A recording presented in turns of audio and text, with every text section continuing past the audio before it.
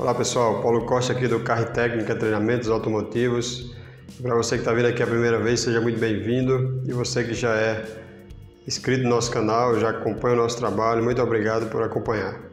Pessoal, nós estamos aqui hoje com um caso que nós pegamos, ok? Fazendo um diagnóstico aqui na Natal Autotech de uma Santa Fé, onde esse carro chegou na oficina com a lâmpada da injeção acesa, reclamação de perda de potência e alto consumo, né? E ao funcionar o veículo nós vimos logo que existia um cilindro sem funcionar. Essa Santa Fé é uma Santa Fé 2.7 com motor V6, ok?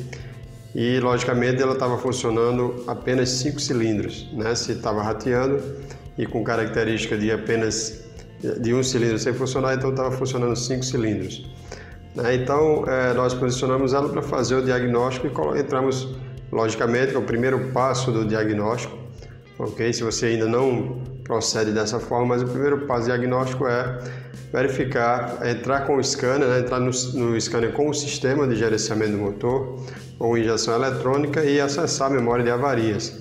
Dependendo de ter ou não falhas na memória de avaria, nós vamos verificar os parâmetros, analisar os parâmetros e ver se existe algum parâmetro fora do padrão. Mas aqui nós tínhamos uma falha, né? Como nós podemos ver aí, nós temos o código P0151, né? Então é um código genérico, ok? Ligados a emissões, tá certo? E como vocês podem ver na descrição, né? Sonda lambda 1, banco 2, tensão muito baixa. É um código presente e isso nos revela o quê? Que existe uma mistura pobre no sistema, né? No banco 2, a sonda lambda, né, passou um excesso de oxigênio pela sonda lambda e ela detectou, né, enxergou que existe uma mistura pobre baseado na informação, né, na tensão baixa, né, que é uma informação para a sonda. Então, para quem não sabe, a sonda lambda, quando ela está na sonda lambda convencional, né, a sonda lambda de banda estreita, então quando ela está com a tensão acima de 450 mV é considerada uma mistura rica e abaixo uma mistura pobre. Veja que nesse código de falha na descrição ele indica uma tensão baixa. Então os códigos padrão ABD2, os DT6, então eles são divididos normalmente em 5 códigos diferentes. Então cada um dá um direcionamento. Então aqui ela está informando não que a falha é na sonda lambda. Então existe sim uma tensão baixa e tensão baixa, para quem já conhece, já sabe que é ligado à mistura pobre, né? Então essa mistura pobre é causada por quê? Né? Pelo quê? Então nós temos aí diversos tipos de possibilidades diferentes. Então vamos ver o que nós encontramos lá. Bom, então aqui nós temos o cilindro 2, né? O sinal, né, do secundário de ignição do cilindro 2. Então nós temos aqui o osciloscópio está com 1 milissegundo por divisão. Então nós temos aqui uma queima, tá certo? Um tempo de queima na ordem de 1,5 aproximadamente milissegundos, ok? Então vamos aqui seguir no cilindro 2, nada problema. Cilindro 4, também em boas condições. Cilindro 6, veja só a condição dessa tensão ou sinal do cilindro 6. Então nós temos aí um tempo de carregamento, né, bem, digamos, indicando uma anomalia aqui. Nós não temos o disparo, tá certo? E nós temos aqui um tempo de queima com uma pendente extremamente positiva, né?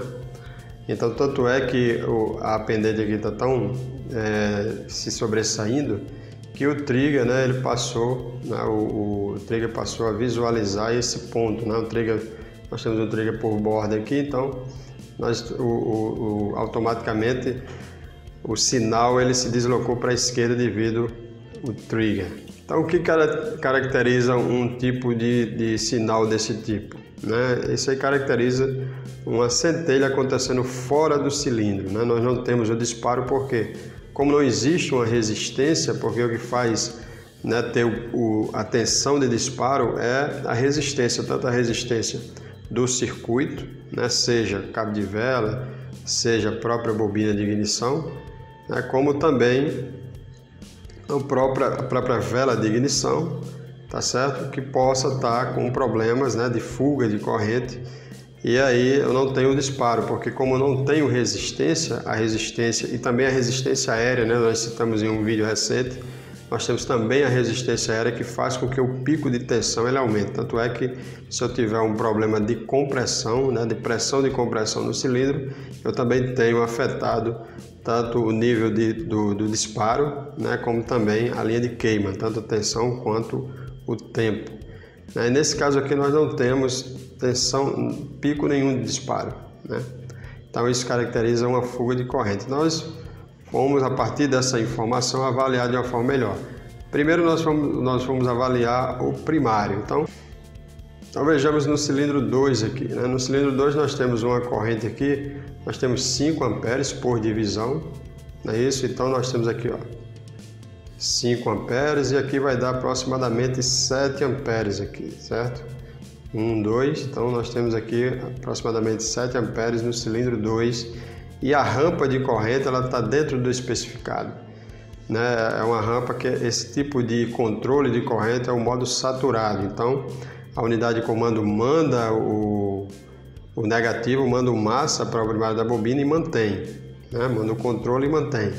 O outro modelo, que é o controle de corrente, nós temos uma rampa e depois a rampa ela se mantém durante um tempo ainda, né, com a corrente controlada. Então ela forma uma rampa e depois uma reta, ok? Não é nessa condição onde nós temos apenas a rampa, nós temos uma reta até o final e aí quando o controle é cortado, né, que é no momento onde o colapso do campo magnético, então a rampa ela cai imediatamente. Então, esse é do cilindro 2, condições normais. Cilindro 4 também, no mesmo patamar de corrente, ok? E o cilindro 6 que está com problema também com o mesmo patamar de corrente. Então, nós não temos aí uma anomalia no controle da corrente, no controle do primário, né? Nós temos aí, de fato, um problema relacionado ao secundário. A tensão que é após o trabalho da bobina, a tensão que é gerada, né? Então, com relação ao primário, através da corrente, nós podemos ver que está em boas condições e também, como já falei anteriormente, a gente viu a alimentação também positiva, que é importante fazer essa checagem. Ok? Então, vamos ver a condição da bobina. De acordo com as informações que a gente viu através do osciloscópio, através da análise do sinal com o osciloscópio, nós vamos ver se confirma isso através do componente, né? O nosso diagnóstico é que a corrente elétrica, né? Corrente gerada, transformada pela bobina, pelo transformador, ela está sendo aterrada, está havendo um encurtamento no circuito, ou melhor, ou de forma popular, um curto-circuito. Então vamos ver o componente para ver se ele vai nos confirmar essa informação. Então, como nós podemos ver aqui, nós temos uma bobina com indícios aqui, né, com confirmação, não é só indício, mas sim com uma informação para a gente que existiu ali umidade e realmente há uma fuga de corrente por esse componente, né? E daí por isso que justifica toda aquela condição de funcionamento, né, do motor e também a informação. Agora, por que está indicando mistura pobre? Por que a indicação de mistura pobre, né, se eu tenho um problema relacionado à centelha? Nós sabemos que o estimado em condições de queima normal, ok? Quando eu tenho uma queima dentro das condições ideais de funcionamento, no escapamento nós temos algo em torno de 2% de oxigênio, né, após a reação química. Então nós temos 2% de oxigênio. Se eu tiver um cilindro onde não está havendo a queima dentro do cilindro, então esse oxigênio que entra, né, que é admitido pelo motor, então se não há reação, então esse oxigênio ele vai sair pelo escapamento. Como ele é em volume muito maior, né, a relação ar-combustível, a quantidade de ar, de oxigênio é muito maior. Nós vamos mostrar isso através do raster, né, como nós simulamos a mistura pobre para poder mostrar para vocês, para poder dar essa informação, mostrar quando a gente elimina, né, desliga uma bobina para ver o que ocorre, como os gases de escapamento se comportam, né? Nós vamos ter um excesso de oxigênio e, consequentemente, nós vamos ter uma sonda lambda indicando uma mistura pobre. Ok? Então vamos ver o que nós verificamos lá no raster. Então, pessoal, para ficar mais claro aqui, então nós temos aqui a sonda lambda pré-catalisador, tá certo?